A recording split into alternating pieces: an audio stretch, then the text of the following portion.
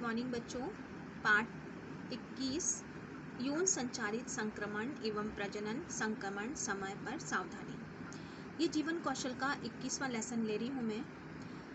विभिन्न समस्याएं, यौन समस्याएं, यौन रोग अज्ञान के कारण हो जाता है और उसे जल्दी ही जीवन का अंत हम कह सकते हैं, परेशानियां हमारे सामने आ जाती हैं। उससे संबंधित बच्चों को शिक्षा के लिए ये बहुत आवश्यक है, तो ये आपके जीवन कौशल में इसमें शामिल किया गया है। ठीक है। यौन संचारित एवं प्रजनन तंत्र संक्रमण जीवन में हताशा, निराशा पैदा कर देता है। यह विषय संवेदनशील होने के साथ ही संकोच, भ्रांतियों से जुड़ा होता है। इस कारण उपायों से अनभिज्ञता रहती है। इस संबंध में सही जानकारी होना भी आवश्यक होता है। भारत में यौन संचारित संक्रमण पुरुष जन स्वास्थ्य समस्या, क्योंकि ये बड़े पैमाने पर स्वास्थ्य पर दुष्प्रभाव डालते हैं। यह प्रदाताओं के लिए एक गंभीर चुनौती है, जिसमें से बहुत से लोगों को किशोर यौन स्वास्थ्य समस्याओं का हल करने में कठिनाइयां अनुभव होती हैं। यौन संचारित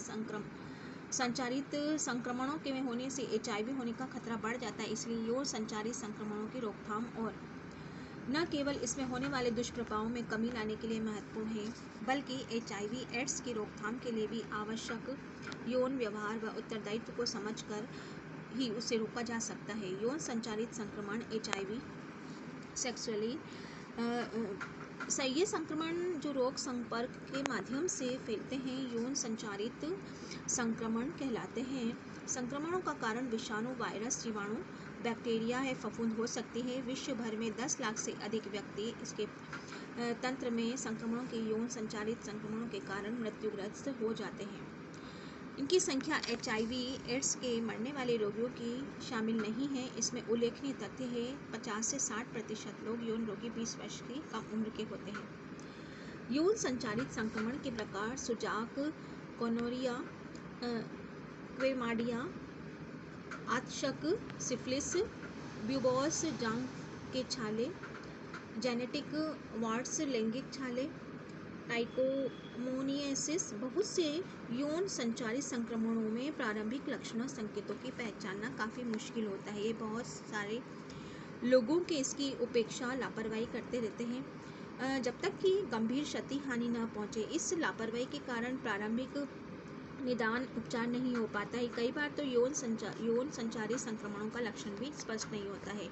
ऐसी स्थिति में संक्रमित व्यक्ति की जानकारी के ही से दूसरे संक्रमित फैल सकते हैं। स्त्रियों में यौन संचारित संक्रमण स्त्रियों में प्रजनन अंग की संरचना के कारण योनि में से गर्भाशय, गुहा, मुख, अन्य प्रजनन अंगों के संक्रमण होने का खतरा है। जैव वैज्ञानिक रूप से पुरुषों की अपेक्षा स्त्रियों में यौन संचारित संक्रमण ज़्यादा जोखिम के दायरे में होता है, क्योंकि संबंधों से दौरान स्त्रियों के अंग नरम व त्वचा झिल्ली रोग जनन के लिए खुले संपर्क में रहते हैं। इसके अलावा पुरुषों की अपेक्षा संचारित संक्रमण ग्रस्त स्त्री से ज़्यादा समय तक लक्षण नहीं दिखाई देते हैं। देर से अपर्याप्त चिकित्सा सहायता प्राप्त होने से स्त्रियों में इन संक्रमण में होने से सर्वाधिक जटिलताएं हैं। गर्भाशय के बाहर गर्भ ठहरना, एक्टोपिक प्रेगनेंसी, गर्भावस्था आदि है। किशोरावस्था के लिए यौन संचारित संक्रमण खतरे किशोर यौन संचारित संक्रमण के प्रति उसके व्यवहार के कारण उच्च जोखिम के दायरे में होता है। 26 वर्ष की आयु में यौन संचारित संक्रमण की जोखिम सर्वाधिक पाई जाती है। यौन सक्रिय किशोरों रुग्णता के यौन संचारित संक्रमण के कारण भी पाया जाता है। उपचार और खतरे हैं। यौन संचारित संक्रमणों का इलाज संभव है, लेकिन रोगी शर्म, संकोच के कारण डॉक्टर के पास नहीं जाता है। कभी कभी यौन संक्रमित व्यक्ति से में बाहरी लक्षण नजर नहीं आते हैं, लक्षण आकर कम हो जाते हैं, इसलिए ऐसे व्यक्तियों को पूरा इलाज भी नहीं हो पाता। इसका इलाज नीम हकीकों में दूर रहकर सरकारी अस्पताल में या किसी प्रशिक्षित चिकित्सक से ही कराना चाहिए। यौन संक्रमित व्यक्ति के लिए HIV एड्स का खतरा 5 से 10 गुना बढ़ जाता है। यौन संचारित संक्रमित व्यक्ति को चाहिए कि वह जब तक पूरा उपचार न हो जाए तब तक किसी यौन संपर्क नहीं करे। ऐसे शारीरिक संपर्क के दौरान बचाव के लिए कंडोम का उपयोग करना चाहिए। पति पत्नी में से यदि कोई यौन संक्रमण से पीड़ित है तो दोनों को इलाज कराने की आवश्यकता होती है। कोई भी एक व्यक्ति एक समय में एक से अधिक यौन संक्रमण से पीड़ित हो सकता है। प्रजनन अंग संक्रमण स्त्री पुरुषों के में प्रजनन अंगों के संक्रमण के प्रजनन तंत्र संक्रामक रहते हैं। यह सूक्ष्म जीवाणुओं, विषाणुओं, परजीवियों, फफूंदों से होता है। ज़्यादातर यौन संचालित संक्रमण ही प्रजनन तंत्र को प्रभावित करता है। स्त्री पुरुषों में प्रजनन तंत्र संक्रमण की समस्या इसमें पुरुषों की अपेक्षा स्त्रियों में ज़्यादा रहती है। स्त्रियों का प्रजनन तंत्र जल्दी संक्रमित हो जाता है क्योंकि शरीर की संरचना से ही ज़्यादा संवेदनशील ग्रहणशीलता होती है। प्रजनन स्वास्थ्य से जुड़ी हुई सामाजिक सांस्कृतिक वर्जनाओं के कारण स्त्रियां किशोरियों स्वतंत्र रूप से इस संक्रमण के बारे में चर्चा नहीं कर पाती है और न ही चिकित्सक सहायता ही ले पाती है। वह चुपचाप परेशानियां झेलती रहती है। प्रजनन तंत्र संक्रमण मुख्य रूप से माहवारी के दौरान स्वच्छता न रखना, असुरक्षित गर्भपात, असुरक्षित तरीके से प्रसव, बार बार असुरक्षित गर्भ जांच, जन अंगों की जांच के लिए संक्रमित औजारों का उपयोग असुरक्षित यौन संबंधों का कारण बनता है। प्रजनन तंत्र संक्रमण के लक्षण। ये देखा गया है कि स्त्रियों में प्रजनन तंत्र संक्रमण के लक्षण देर से प्रकट होते हैं। सामान्य लक्षण निम्नलिखित हैं। जननांग क्षेत्र में लाली आना है, खुजली, जलन होना है, योनि लिंग से स्राव की दुर्गंध आना है, पेट से निचले हिस्से में दर्द होना है, पेशाब करते समय जलन, दर्द होना है, लिम्फ ग्रंथियों में सूजन आ जाना है, स्त्री पुरुषों में जनन अंगों पर छाले व घाव हो जाना है। इसके अतिरिक्त इस संक्रमण से प्रभावित भी लोगों के प्राय नींद न आना, कमर में दर्द, कमजोरी की शिकायत आदि रहती है। प्रजनन तंत्र संक्रमण होने से निम्नलिखित कारण हो सकते हैं। निजी स्वच्छता, साफ सफाई की कमी, माहवारी के दौरान शारीरिक स्वच्छता ध्यान नहीं रखना, संक्रमित व्यक्ति से संपर्क में आना, अस्वस्थ हाथों से जीवाणु युक्त औजारों से प्रजनन तंत्र की जांच करना, शिशु जन्म, गर्भपात, कॉपर्टी लगाने के दौरान लगी चोट, क्षति, काफ़ी लंबे समय तक एंटीबायोटिक दवाओं का प्रयोग करना, योनि में पाए जाने वाले लाभदायक बैक्टीरिया तथा फफूंदी नाशक तत्वों को नष्ट हो जाना। प्रजनन तंत्र संक्रमण की रोकथाम और बचाव के उपाय हैं। प्रतिदिन स्नान, संपूर्ण शारीरिक स्वच्छता का ध्यान रखें। माहवारी के दौरान कपड़े का उपयोग में लाए, दिन में कम से कम 2 या 3 बार अवश्य बदलें। कपड़े को धोकर धूप में सुखाएं। साफ और सूखे अधोवस्त्र ही पहने। नमी, गीलेपन हानिकारक जीवाणु को बढ़ावा मिलता है। संक्रमित संभावनाओं हो जाती है।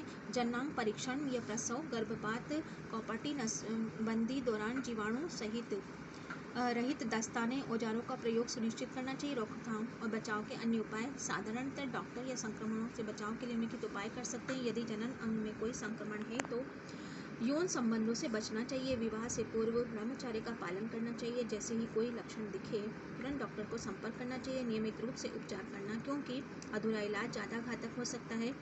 प्रजनन स्वास्थ्य का अधिकार। प्रजनन फैसलों में समानता का अधिकार, प्रजनन स्वास्थ्य सेवाएं प्राप्त करने का अधिकार, सूचना व शिक्षा प्राप्त करने का आधार, यौन संचारित संक्रमण व भ्रांतियाँ।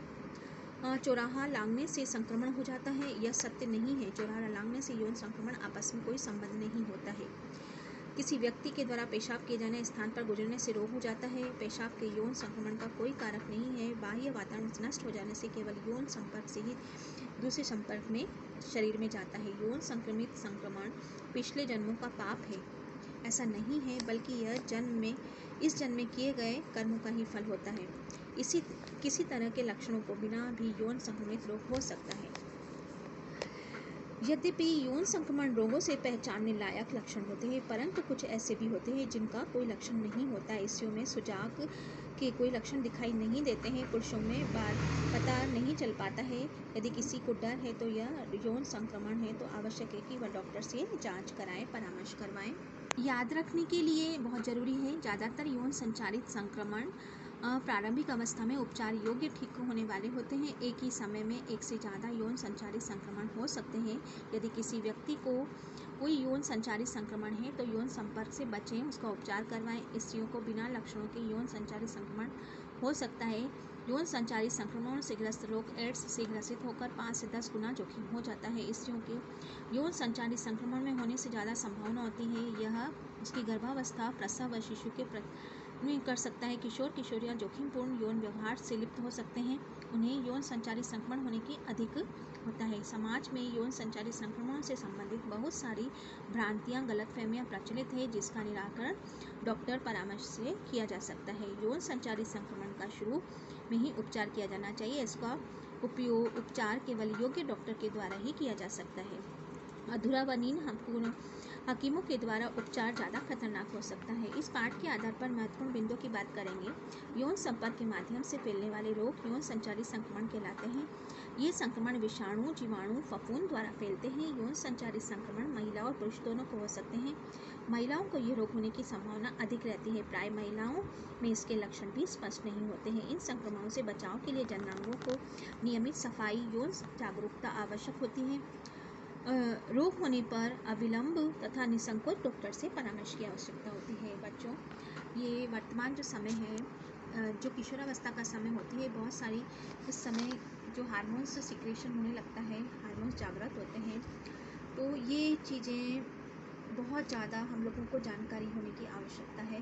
तो जीवन कौशल के तहत आप लोगों को ये 11th के कॉमर्स, आर्ट्स, साइंस तीनों फैकल्टी के बच्चों के लिए बहुत ही आवश्यक है, क्योंकि आपका जीवन बहुत ही अमूल्य है बच्चों। भविष्य आप लोगों पे निर्भर करता है किसी भी देश का। तो हमारे किशोर अच्छे रहेंगे, स्वस्थ रहेंगे, है ना, तो हमारा भविष्य भी अच्छा रहेगा, हमारे भारत में उन्नति करेगा, आर्थिक रूप से सक्षम रहेगा। आप लोग जो वीडियो है उसको अच्छे से समझें, ठीक है, और जो भी जिसने भी सब्सक्राइब करा हुआ है वो अन्य बच्चों को भी इसके माध्यम से प्रेरित करें और बताने के लिए, क्योंकि यह व्यवहारिक ज्ञान होना बहुत ही आवश्यक होता है। ठीक है, हमें जानकारी नहीं होती है और हम गलत मार्ग का अनुसरण कर लेते हैं और फिर बाद में हमें पछताना पड़ता है। ठीक है, तो आप लोग अपना वीडियो देखें, है ना।